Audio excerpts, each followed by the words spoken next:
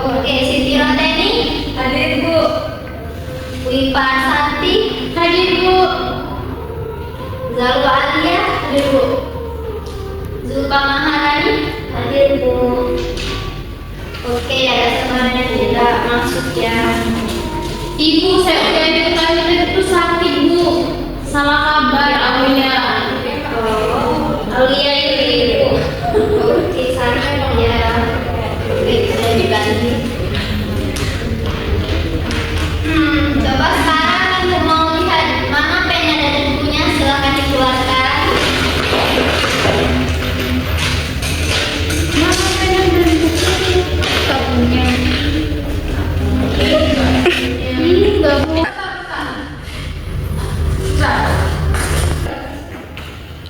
Oke. Sebelum mulai pembelajaran, ibu punya pantun nih. Jangan lupa bilang Oke. Pergi ke pasar bersama Lulu. Melihat boneka labubu. Belajar yuk, semangat dulu biar masa depan gak kelabu.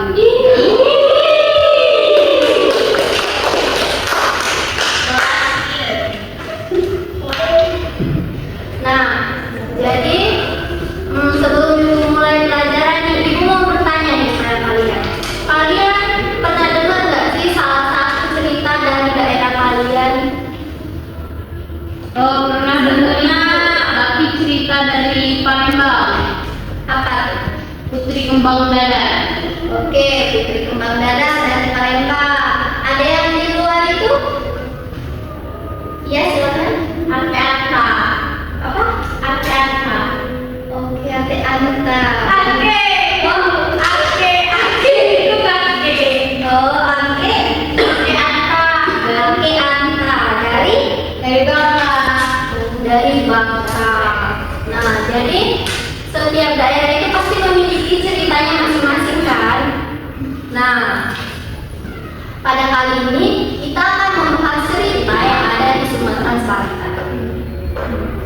Nah, sebelum memulai, pertama-tama yang harus kita ketahui itu ialah karakteristik atau ciri-ciri dari cerita rakyat. Nah, yang pertama yaitu terdapat kemustahilan dalam cerita. Lalu yang kedua yaitu kesaktian tokoh-tokohnya. Kayak misal nih dari cerita yang dia dari manusia bisa berubah menjadi harimau. Nah, itu kan kalau kita pikirkan secara logika itu sangat tidak mungkin kan? Iya. Lalu yang ketiga yaitu anonim atau kita tidak tahu itu siapa penulisnya. Yang keempat yaitu instan-sentris. Lalu yang kelima yaitu menggunakan alur berbingkai atau cerita yang berbingkai. Nah, selain itu cerita rakyat ini juga memiliki nilai-nilainya. Nah, yang pertama yaitu nilai agama, lalu nilai moral, nilai budaya, sosial, edukasi atau pendidikan, dan yang terakhir yakni nilai estetika. Lalu setiap cerita itu pasti memiliki penggunaan bahasanya kan. Nah, di sini ibu hanya akan membahas dua. Yang pertama yaitu majas, lalu yang kedua yaitu konjungsi. Nah, kalau majas itu digunakan biasanya dia menggunakan majas antonomasia, metafora, hiperbola, dan majas perbandingan.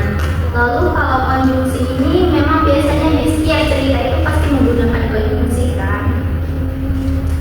Oke, cuma itu aja sih sebenarnya kalau materi. Kita langsung aja masuk ke latihan. Udah. Oke, jadi sekarang siapa di sini yang tahu satu cerita yang semuanya tahu? Malin Kundang. Oke, jadi selain cerita Malin Kundang ada lagi tidak? Yang dari Sumatera Selatan apa? Sipahit Lidah, benar. Sipahit Lidah juga dari Sumatera Selatan. Semuanya tahu ceritanya? Tahu. Tahu. Oke, sekarang salah. Maaf. Itu keren ya. Ya maaf ya.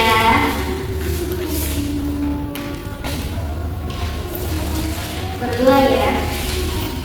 Oke Bu.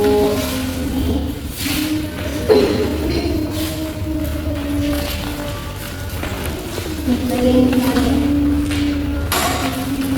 Oke. Sekarang semuanya memilih handphone kan? Punya. Tidak. Ada yang tidak ada. Ada yang tidak, ada yang punya. Oke, yang tidak ada bisa bergabung dengan temannya ya, teman sebangku. Oke, nah jadi sekarang kalian searching cerita tentang Sipahit Lidah.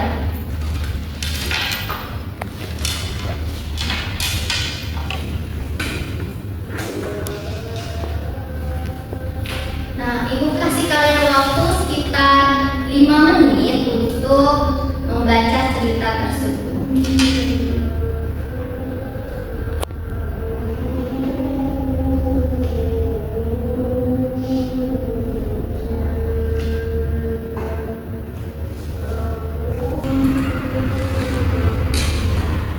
Yakin.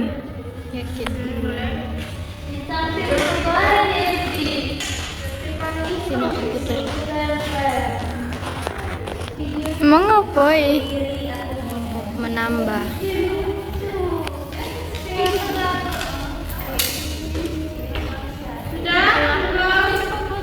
Belum.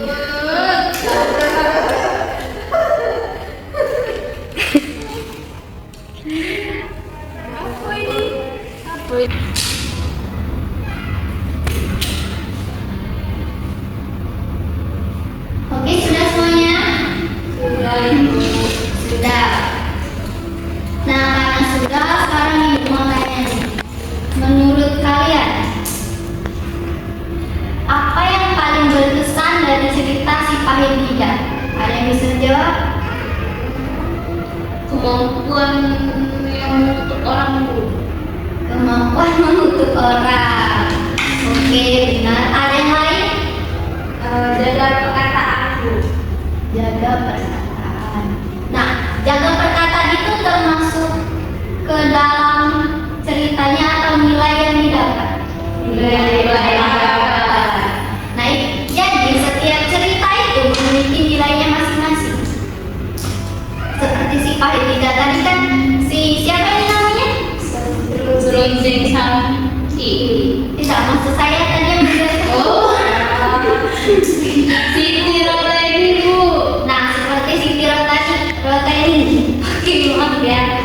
Seperti Siti Rotaini tadi bilang bahwa kita harus menjaga perkataan. Nah, itu juga salah satu nilai dari cerita tersebut yang Siti Rotaini tangkap. Mungkin teman-teman yang lainnya memiliki mendapatkan nilai yang berbeda dari Siti Rotaini atau sama semua? Zaman muda ini hati dan serakah. Oke, pinter. Jangan mudah diri dan serakah. Nah,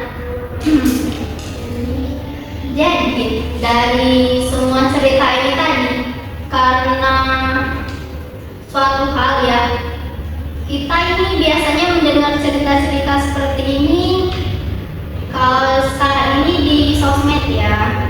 Nah, di sosmed itu kalau menurut kalian ya, menurut kalian itu ada orang-orang khusus yang akan mempostingnya atau ya tiap orang itu akan memposting hal tersebut? Tidak setiap orang akan memposting cerita tersebut kan? Nah, jadi tugas kita nih ya sebagai seorang pelajar, kita harus melestarikan budaya-budaya kita, cerita-cerita daerah kita agar terus berkembang.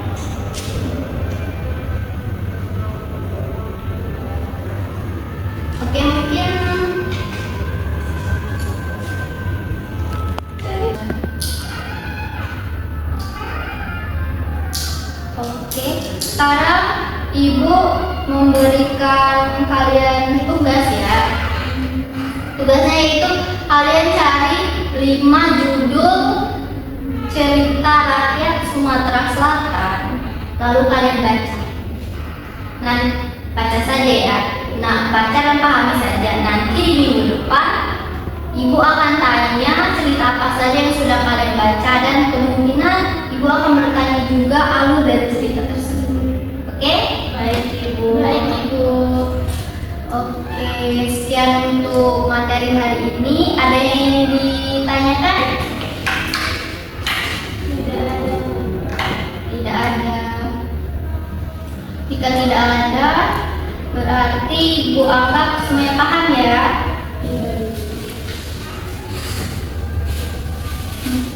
Sebelum Ibu menutup pembelajaran, karena tadi Ibu buka dengan pantun, sekarang Ibu punya satu pantun lagi sekali penutup. Jangan lupa bilang cakep. Pergi ke pasar bersama Lulu. Cakep. Salah, itu kan pantun yang pertama.